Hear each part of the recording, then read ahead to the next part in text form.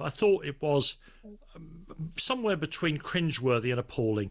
I'll be honest with you about that, because I thought it was football was betrayed in some ways, and then of course there was also the political aspect to it. Let's start with the football.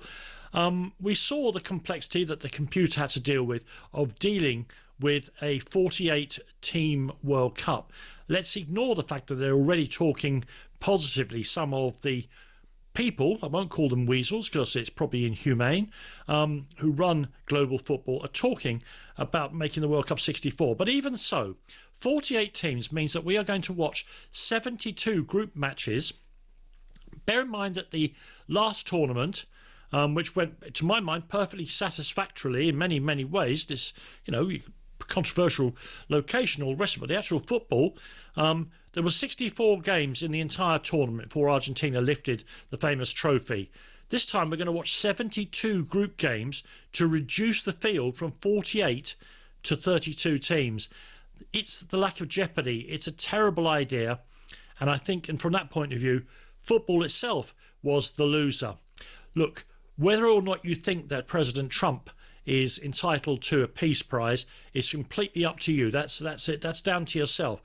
But what businesses of FIFA to be giving him a peace prize? There are people like the people at Nobel who've been doing this for the past decades and finding deserving and brilliant winners of the Nobel Peace Prize.